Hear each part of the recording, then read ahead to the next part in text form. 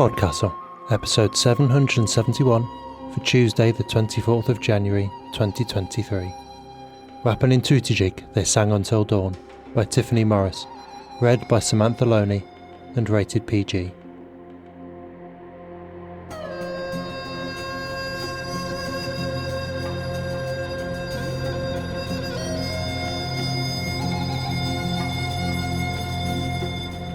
Good morning, good day, good afternoon and good evening, and welcome to PodCastle, the flying castle of fantasy fiction. I'm your host, Matt Dovey, and it's my delight to deliver for your enjoyment Wapnintu'tijig, They Sang Until Dawn by Tiffany Morris, narrated by Samantha Loney.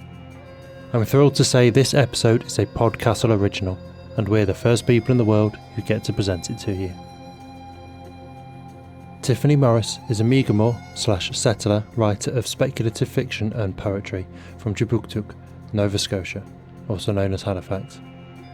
She is the author of the horror poetry collection Elegies of Rotting Stars from Nictotating Books 2022. Her work has appeared in Uncanny Magazine, Nightmare Magazine and Apex Magazine, among others. She has a Master of Arts in English with a focus on Indigenous futurisms.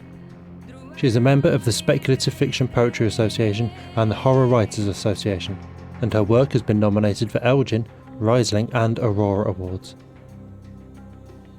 Samantha Loney is a Métis actress and writer from Barrie, Ontario, who got her start performing stand-up and sketch comedy in Toronto. Samantha is a winner of the Brian Linehan Award for Outstanding Artistic Promise. She is the director and star of her debut short film, Woman with Bangs, which is currently on its festival run. You can listen to Samantha on the fictional podcast series, Her Story the Podcast Series, available wherever you get your podcasts. And now pay attention, for our tale is about to begin, and the words it speaks in are changing.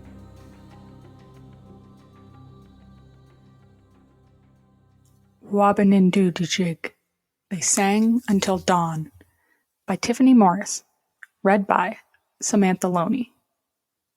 In the time of fever, the marks of the animals changed. Waterbirds shone with new radiance. A bright blue iridescence clung to their feathers, glimmering, soaked with the sacred oil of daylight. Their language changed along with their plumage. The chirp-chirp from their open beaks had transformed into a lilting sort of caw. A shiver jolted through Wapnintu'tijig. As she worked her way through the swamp, she discovered that the world, her world, was newly alive with alien tongues. Each one bellowed with an odd sense of certainty. It was as if the creatures' mouths had always known these sounds, that these new sounds belonged to them entirely. Each odd caw and chirp formed the words that the creatures had been born to speak. The nighthawks, for their part, now screeched owl-like into darkening sky, swooping and diving over the water in search of the tiny silverfish they so loved to devour. It took special eyes to see the full radiance of the swamp. In weaker times she'd thought of it as her swamp, but Wapnintu'tijig knew it was a place too ancient and vast to belong to her, or to anyone. Rather, she belonged to it, sprouted up from the water the way the humans had the land. She had heard it said in her tongue, Wajiscalidiumk, literally, the place they sprouted up from. She'd watched the one with silver hair threaded together tell this to the small ones gathered around the edge of the water, their eager faces murmuring words she did not know. She belonged in the deep stillness of the water. The many creatures in the water with her were not like her. The humans were, at least, sort of like her, more than the fish that shared the water, anyway. "Hello," she called to the frogs. Their croaking had switched into a soft howl, as if the moonlight had transformed them into new creatures altogether. She swam up to them. They scattered into the reeds in a clamor of long, panicked legs. She waited in place and tried to remember their old language. Finally, it came to her, a soft chirping sound. She greeted them. A small green frog, its leopard spots glowing pink in the dark, blinked at her without recognition. It gave another soft howl and disappeared with its comrades into the gathered shadows. Bidaukowisk tried not to panic. She knew the place. Still, this was the swamp where she had lived for so long. She hadn't somehow been washed out into some other body of water, estranged in a new waterway, not like what had happened to her parents. She clamped her eyes closed and tried to push away the memory of the high, toxic water that had flooded them, that had carried them too far down to the river. How they had been too old and weak to fight against its mighty current. After a few days, after the quiet rolled in, unsettled and suffocating, new human machines had appeared in the water among the drowned trees. Her parents still hadn't returned. Bidaukowisk knew then that they had died. They had gone down the waterfall and been killed against the rocks in a mess of scales and blood and frothing water. Slick rainbows of pollution had surely leaked around them, killing fish and bug and frog, all the small bodies thrown together until they could be taken again to rest in new welcoming water. This place, the swamp, was the place she'd found herself after staying in her childhood home was too much to bear. She embraced a name she'd heard a human call her once, the woman from up the river. Perhaps they'd seen her and thought she was a human swimming. It was peril to be known, so that was another good reason for her to leave. She'd left soon after, dodging the storm-down tree limbs jutting out from the water, taking some comfort in the fact that she carried her old home with her in her new name. She felt eyes on her. Bidaukowisk turned around and gazed, astonished as lightning danced between the antlers of a Lenduk deer that stared at her with black shining eyes from the edge of the swamp. It didn't speak to her, though it had been a long time since she'd heard their speech, so she probably wouldn't have recognized it anyway. Human language had taken up so much space in her memory, shaping her world from birth. It's safest to know their speech, her mother had explained one night. The sky was filled with diamond shells, husks of voices glittering in the vast blanket reflected on the water. The humans are the least predictable of the creatures here. Bidaukowisk had just nodded in response, twirling her moss-colored hair between steady fingers. Humans were curious creatures, sure. It was a mystery they were so like her, yet completely dissimilar. When she was a child, at least, she'd been amused by them. They were strange, clumsy oddities. She found a morbid thrill in watching them hulking about on their bottom arms, so limited in their movements on land, and even clumsier in water. It seemed like it was a pretty place up there. She envied all the human knowledge of the plants. She'd loved the plants she'd gotten to know in the swamp, their stories that traveled eternal through their arteries of root systems, traveled in the ichor and bark. She loved lying on them and waiting for their polyphonic histories to meld with her knowing in a blissful sort of reverie. She reached her fingers out to rustle against some nearby reeds. Fireflies danced out of them, blinking the purple of sunset clouds into the darkness. The Lenduk, normally a skittish sort of creature, kept staring at her. She watched, transfixed, as the bolts scattered back and forth from antler tip to tip, brightening and dimming in a small storm. She knew those bolts were normally hot, massive, crackling across the sky in tree root patterns, sometimes striking the ground in thunderous, world-ending cracks. The deer did not appear bothered by the new storm they carried. "Hello?" Bidaukowisk called to it. Maybe it knew human speech. "Gwe?" "Gwe?" A voice answered, quiet. A human voice. "Hello?" That was louder. Bidaukowisk panicked and froze in place. The Lenduk took off into the dark woods, the light from the antlers careening into brief flame sputters before disappearing entirely. She lowered herself into the water and swam deeper under it, breathing deep and grateful gulps of the silty taste of the sludge at the bottom. At least that had stayed the same. When some time had passed, Bidaukowisk surfaced by the oak trees. her fish heart thrumming against the thin bones of her ribcage.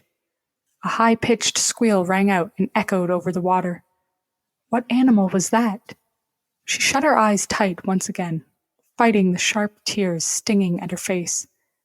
She took a deep breath, trying to calm herself. Fear was a bitter wave cresting over her. She had no idea what to do in this estranged version of home. "Gwe?" the human voice said again. Her heart sank. Exhaustion pulsed through her. Perhaps if she just floated in the dark, the human wouldn't see her. I think I see you out there," the human said. "Are you there? Are you okay?" She didn't move. "Maybe I'm losing it," the human muttered. Bidaukois closed her eyes again. She could float and sleep, and maybe the dawn would set the world right again. It would become a comprehensible place, and she would know the sounds of the swamp once again. The human sat on a tree stump and began to murmur a prayer. She was familiar with this ritual, how they sometimes gave plants to the swamp, how a look of peace washed over them when they did it. The humans factored into the plants' stories, at times, with deeds of kindness and, sometimes, surprise or cruelty. But most often they remembered the gifts, the words, the other life that came with the offerings. It was a good relationship, Bidaukois recalled. Human unpredictably still nagged at her, made her conceal herself to shadows and nighttime surfacing. Their eyes did not see the full radiance and the spectrum of the swamp, and they did not need to see her presence within it. Fireflies danced around the human's head, and she watched, transfixed from behind a thicker section of reeds. The human didn't notice the sound of her submerging and surfacing, quiet and gracefully ducking into the dark, mirrored water. Her eyes adjusted to the purple arcs of light dancing around the human. The human said something about a fever, voice tight with tears. The fever, the human said, was taking the villagers one by one. They needed a treatment, a cure, anything. The human had been meditating on it, praying, trying to dream of a solution. In the dream, the human said, the swamp had changed color. So maybe there was an answer here. Bidaukois watched the fireflies move in a swirling pattern like trails of stars. The human sat in silence. Bidaukois' eyes grew heavy with sleep like thick snow. The human finally gave thanks to the swamp and got up. They clicked on a light they held in their hands. Bidaukois' heart jumped into her throat and she ducked lightning fast into the water. The human shone the beam over to where she had been just moments ago. The golden beam danced over the reeds and made the green water shine clear. The beam left as quickly as he'd placed it there. She waited a few moments and then rose to the surface, silent as death. Footfalls snapped twigs in the distance as she watched the golden beam of light crawl away. An owl, or what now had the voice of an owl, hooted in the distance. She did not know if dawn would arrive or what it would look like when it did. None of the voices had switched back. The closest thing were the nighthawks that now sounded like owls. The blue jays now shone orange instead of blue, blazing in sunset colors bright as cardinals in midwinter. They chirped staccato and high-pitched songs that were unknown to her. None of the animals seemed to recognize her either, except the plants, which now grew in different directions and tangled together through the stems, but bloomed the same, opening to the sun when it stretched out over the water and reached them. The plants did not yet have a story of the world's transformation. As always with the plants, it was a matter of having patience and respect. Bidaukois did not see any other indications of the human that day. It was a relief. Normally she tried to stick to the shadows and underwater in daylight, but she wanted to record everything about these changes. The changed directions of the plants, the colors and songs of the frogs, the birds, the fish. Everyone was different, but held the same shape. They were beautiful. She would learn the new words. As the day wore on, her panic lessened. Besides, her own reflection had remained the same. Her scales still glimmered a dim green on her tail. Her skin was still tinged the color of fir tree needles. Her hair still grew in a moss color. She was still in her home. That afternoon she tried to speak with the crows. It was obvious that if anyone would know anything about the changes, it would be them. The crows spoke croaking language, like the one their raven cousins had once spoken. It was gibberish, unfortunately. Utter nonsense in raven words, ravings about butter and balm and worm and sky. It sounded like sickness. Perhaps the fever had impacted the swamp. Sometimes the humans brought their sickness by accident. She tried talking to the squirrels, knowing that the humans sometimes liked to feed them, that they would coo with soft voices over the small creatures, imitating their speech. The squirrels just gave a rasping meow in response to her questions. She would have to wait for the humans to arrive again, if there were any left. Bidaucoisk swam to the edge of the swamp, surfacing among her favorite trees. The towering oaks clasped their bare branches together, forming their own new language in the atmosphere. The crowns no longer shied away from each other, but held hands, stronger together through the strange blue breezes blowing down from the cold north. It would be winter soon, and she hadn't seen the humans since that night in the summer. She looked forward to when the torpor would come for her. It was a deep and beautiful sleep, warm even in the frozen water, breathing the gray of eternity. Her heart would beat once a minute until the ice broke open, singing springtime, singing a song that she hoped she would recognize when the time came. Night arrived early. The deep blue was punctured by her silver breath and the zirconia stars shining above her head. She moved around less and less these days, waiting for when she would settle in for the winter. A human voice echoed in the distance. She was hidden in the darkness, shadows deeper than on any summer at midnight. The humans sang an old song Bidaucoisk remembered from when she was first learning the human language. It was a song that her mother had taught her. Half asleep in the shadows, her voice cracked open, bouncing its silver light over the cold water. The humans shouted with joy and shock as they sang together. The song told of cedar and birch, of sap and sapling. It was a song of prayer and thanks. The humans, she realized, had survived the fever. She closed her eyes as the dawn reached the edge of the water. Frost wrapped her in its blanket. It was a promise of sleep. It was a promise of spring.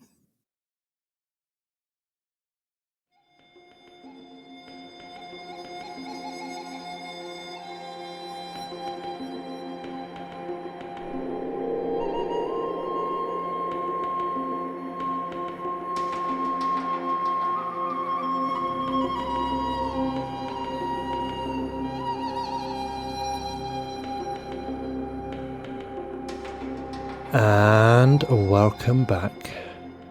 That was Wapnintu'tijig, They Sang Until Dawn by Tiffany Morris, and it was her first time on an Escape Artist podcast. However, you can find plenty of other stories from her online at the venues mentioned in her bio, Uncanny, Apex, Nightmare and more, or you can buy her horror poetry collection, Elegies of Rotting Stars, now, or even follow her own podcast of horror poetry readings and interviews with other poets, Verses from the Void. Find her on Twitter at Tiff Morris or online at tiffmorris.com. About Wapnintu'tijig, Tiffany had this to say. So much of life is contending with the sudden and continuous nature of change, sometimes dramatic, sometimes subtle, and often transformative on personal and societal levels. I wanted to write a story that takes a being present in a Mi'kmaq story, a mermaid, and place her into the unexpected environment of a swamp. I also wanted to explore what it might be like for her to experience a world in crisis and flux, and what beauty might still be found in understanding her world in a new way. Thank you, Tiff, for the thoughts and the story. There's a longing and a regret to this one that resonates today, and only more so in the decades to come, I think. of losing our heritage and our homes to the water, of watching the world change around us, the way it talks and the conversation it holds with itself in the delicate web of life, of wondering how we will survive, let alone prosper. Fitting, perhaps, that this story comes from and joins an oral tradition stretching back far further than any recorded coloniser history. We need to think in centuries and millennia, not financial quarters in terms of office, if we're to survive what's coming. Perhaps then we can find the note of hope that Tiff did here. Perhaps then there'll be a promise of spring for all of us.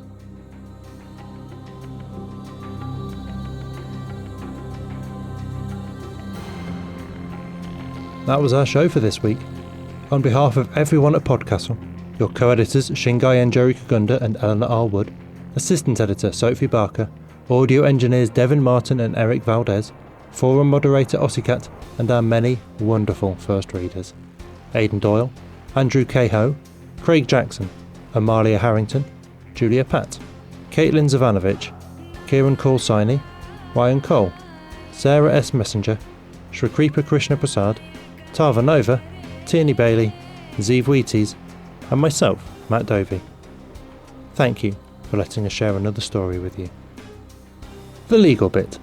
PodCastle is part of the Escape Artists Foundation, a 501c3 non-profit, and this episode is distributed under the Creative Commons Attribution, Non-Commercial, No Derivatives 4.0 International License. That means you can share it, and please do, but you cannot sell it and you cannot change it. If you want specifics, check creativecommons.org. Our music is by Shiva in Exile. Everything we do on PodCastle is 100% donor funded, and if you'd like to support what we and the rest of EA do, please join us on our Patreon at patreon.com/EApodcast. Prefer another method? There's details for supporting us via Twitch, Amazon Prime, Ko-fi and PayPal on escapeartist.net. We'll be back next Tuesday with another fantastic tale. In the meantime, you might care to check our sister podcasts: Escape Pod for Science Fiction, Pseudopod for Horror, Cast of Wonders for YA Speculative Fiction, and Cat's Cast for Cat Fiction. If your heart belongs to us, though, we'll see you next week. Be safe and be kind.